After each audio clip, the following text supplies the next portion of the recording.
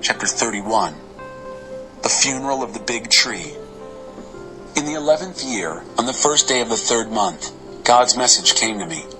Son of man, tell Pharaoh, king of Egypt, that pompous old goat, who do you, astride the world, think you really are? Look, Assyria was a big tree, huge as a Lebanon cedar, beautiful limbs offering cool shade, skyscraper high, piercing the clouds. The waters gave it drink. The primordial deep lifted it high, gushing out rivers around the place where it was planted. And then, branching out in streams to all the trees in the forest. It was immense, dwarfing all the trees in the forest. Thick boughs, long limbs, roots delving deep into earth's waters. All the birds of the air nested in its boughs. All the wild animals gave birth under its branches. All the mighty nations lived in its shade. It was stunning in its majesty, the reach of its branches, the depth of its water-seeking roots. Not a cedar in God's garden came close to it. No pine tree was anything like it. Mighty oaks looked like bushes growing alongside it. Not a tree in God's garden was in the same class of beauty. I made it beautiful, a work of art in limbs and leaves, the envy of every tree in Eden, every last tree in God's garden. Therefore, God, the Master, says, because it skyscrapered upwards, piercing the clouds, swaggering and proud of its stature, I turned it over to a world-famous leader to call its evil to account. I'd had enough. Outsiders, unbelievably brutal, felled it across the mountain ranges. Its branches were strewn through all the valleys, its leafy boughs clogging all the streams and rivers. Because its shade was gone, everybody walked off. No longer a tree, just a log. On that dead log, birds perch. Wild animals burrow under it. That marks the end of the big tree nations. No more trees nourished from the great deep.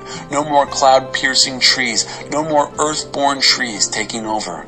They're all slated for death. Back to earth, right along with men and women, for whom it's dust to dust. The message of God, the Master. On the day of the funeral of the big tree, I threw the great deep into mourning. I stopped the flow of its rivers, held back great seas, and wrapped the Lebanon mountains in black. All the trees of the forest fainted and fell. I made the whole world quake when it crashed, and threw it into the underworld to take its place with all else that gets buried. All the trees of Eden, and the finest and best trees of Lebanon, well watered, were relieved. They had descended to the underworld with it, along with everyone who had lived in its shade, and all who had been killed. Which of the trees of Eden came anywhere close to you in splendor and size? But you're slated to be cut down to take your place in the underworld with the trees of Eden, to be a dead log stacked with all the other dead logs, among the other uncircumcised who are dead and buried. This means Pharaoh, the pompous old goat. Decree of God, the Master. Chapter 32. A cloud across the sun. In the 12th year, on the first day of the 12th month, God's message came to me. Son of man, sing a funeral lament over Pharaoh, king of Egypt. Tell him, you think you're a young lion prowling through the nations. You're more like a dragon in the ocean, snorting and thrashing about. God, the Master, says, I'm going to throw my net over you. Many nations will get in on this operation and haul you out with my dragnet. I'll dump you on the ground out in an open field and bring in all the crows and vultures for a sumptuous carrion lunch. I'll invite wild animals from all over the world to gorge on your guts. I'll scatter hunks of your meat in the mountains and strew your bones in the valleys. The country, right up to the mountains, will be drenched with your blood filling every ditch and channel. When I blot you out, I'll pull the curtain on the skies and shut out the stars. I'll throw a cloud across the sun and turn off the moonlight. I'll turn out every light in the sky above you and put your land in the dark. Decree of God, the Master. I'll shake up everyone worldwide when I take you off captive to strange and far-off countries. I'll shock people with you. Kings will take one look and shudder. I'll shake my sword, and they'll shake in their boots. On the day you crash, they'll tremble, thinking, that could be me. to lay your pride low. God, the Master, says, "The sword of the king of Babylon is coming against you. I'll use the swords of champions to lay your pride low. Use the most brutal of nations to knock Egypt off her high horse, to puncture that hot air pomposity. I'll destroy all their livestock that graze along the river. Neither human foot nor animal hoof will muddy those waters anymore. I'll clear their springs and streams, make their rivers flow clean and smooth. Decree of God, the Master.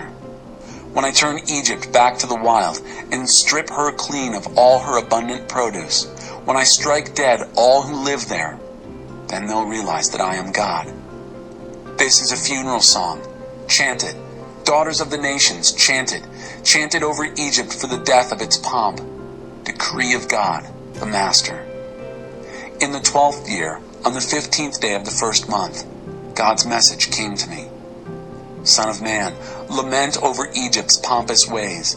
Send her on her way. Dispatch Egypt and her proud daughter nations to the underworld, down to the country of the dead and buried. Say, you think you're so high and mighty? Down. Take your place with the heathen in that unhallowed grave. She'll be dumped in with those killed in battle. The sword is bared. Drag her off in all her proud pomp. All the big men and their helpers down among the dead and buried will greet them. Welcome to the grave of the heathen. Join the ranks of the victims of war. Assyria is there and its congregation. The whole nation a cemetery. Their graves are in the deepest part of the underworld, a congregation of graves, all killed in battle. These people who terrorized the land of the living. Elam is there in all her pride, a cemetery, all killed in battle, dumped in her heathen grave with the dead and buried. These people who terrorized the land of the living. They carry their shame with them, along with the others in the grave. They turned Elam into a resort for the pompous dead, landscaped with heathen graves, slaughtered in battle. They once terrorized the land of the living. Now, they carry their shame down with the others in deep earth. They're in the section set aside for the slain in battle. Meshech Tubal is there in all her pride, a cemetery in uncircumcised ground, dumped in with those slaughtered in battle, just deserts for terrorizing the land of the living. Now they carry their shame down with the others in deep earth. They're in the section set aside for the slain. They're segregated from the heroes, the old-time giants who entered the grave in full battle dress, their swords placed under their heads and their shields covering their bones. Those heroes who spread terror through the land of the living. And you, Egypt, will be dumped in a heathen grave, along with all the rest, in the section set aside for the slain. Edom is there, with her kings and princes. In spite of her vaunted greatness, she is dumped in a heathen grave with the others headed for the grave. The princes of the north are there, the whole lot of them, and all the Sidonians who carry their shame to the graves, all that terror they spread with their brute power, dumped in unhallowed ground with those killed in battle, carrying their shame with the others headed for deep earth. Pharaoh will see them all, and, pompous old goat that he is, take comfort in the company he'll keep. Pharaoh and his slaughtered army. Decree of God, the Master. I used him to spread terror in the land of the living, and now I'm dumping him in heathen ground with those killed by the sword, Pharaoh and all his pomp. Decree of God, the Master. Chapter 33. You are the watchman. God's message came to me. Son of man, speak to your people. Tell them, if I bring war on this land and the people take one of their citizens and make them their watchman, and if the watchman sees war coming and blows the trumpet, warning the people, then, if anyone hears the sound of the trumpet and ignores it, and war comes and takes him off, it's his own fault. He heard the alarm, he ignored it. It's his own fault. If he had listened, he would have saved his life. But if the watchman sees war coming and doesn't blow the trumpet, warning the people, and war comes and takes anyone off, I'll hold the watchman responsible for the bloodshed of any unwarned sinner. You, son of man, are the watchman. I've made you a watchman for Israel. The minute you hear a message from me, warn them. If I say to the wicked, wicked man, wicked woman, you're on the fast track to death, and you don't speak up and warn the wicked to change their ways, The wicked will die unwarned in their sins, and I'll hold you responsible for their bloodshed. But if you warn the wicked to change their ways, and they don't do it, they'll die in their sins well warned, and at least you will have saved your own life. Son of man, speak to Israel. Tell them, you've said, our rebellions and sins are weighing us down. We're wasting away. How can we go on living? Tell them, as sure as I am the living God, I take no pleasure from the death of the wicked. I want the wicked to change their ways and live. Turn your life around. Reverse your evil ways. Why die, Israel? There's more, son of man. Tell your people, a good person's good life won't save him when he decides to rebel, and a bad person's bad life won't prevent him from repenting of his rebellion. A good person who sins can't expect to live when he chooses to sin. It's true that I tell good people, live, be alive. But if they trust in their good deeds and turn to evil, that good life won't amount to a hill of beans. They'll die for their evil life. On the other hand, if I tell a wicked person, you'll die for your wicked life, and he repents of his sin and starts living a righteous and just life, being generous to the down and out, restoring what he had stolen, cultivating life-nourishing ways that don't hurt others, he'll live. He won't die. None of his sins will be kept on the books. He's doing what's right, living a good life. He'll live. Your people say, the master's way isn't fair, but it's the way they're living that isn't fair. When good people turn back from living good lives and plunge into sin, they'll die for it. And when a wicked person turns away from his wicked life and starts living a just and righteous life, he'll come alive. Still, you keep on saying, the master's way isn't fair. We'll see, Israel. I'll decide on each of you exactly according to how you live. In the 12th year of our exile, on the 5th day of the 10th month, a survivor from Jerusalem came to me and said, the city's fallen. The evening before the survivor arrived, the hand of God had been on me and restored my speech. By the time he arrived in the morning, I was able to speak. I could talk again. God's message came to me. Son of man, those who are living in the ruins back in Israel are saying, Abraham was only one man and he owned the whole country.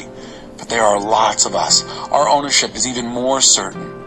So tell them, God the Master says, you eat flesh that contains blood. You worship no God idols. You murder at will.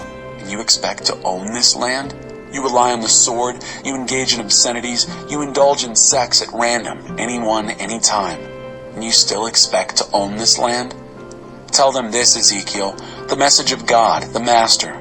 As sure as I am the living God, those who are still alive in the ruins will be killed. Anyone out in the field I'll give to wild animals for food. Anyone hiding out in mountain forts and caves will die of disease. I'll make this country an empty wasteland. No more arrogant bullying. Israel's mountains will become dangerously desolate. No one will dare pass through them. They'll realize that I am God when I devastate the country because of all the obscenities they've practiced. As for you, son of man, you've become quite the talk of the town. Your people meet on street corners and in front of their houses and say, let's go hear the latest news from God. They show up, as people tend to do, and sit in your company. They listen to you speak, but don't do a thing you say. They flatter you with compliments, but all they care about is making money and getting ahead. To them, you're merely entertainment, a country singer of sad love songs playing a guitar. They love to hear you talk, but nothing comes of it. But when all this happens, and it is going to happen, they'll realize that a prophet was among them,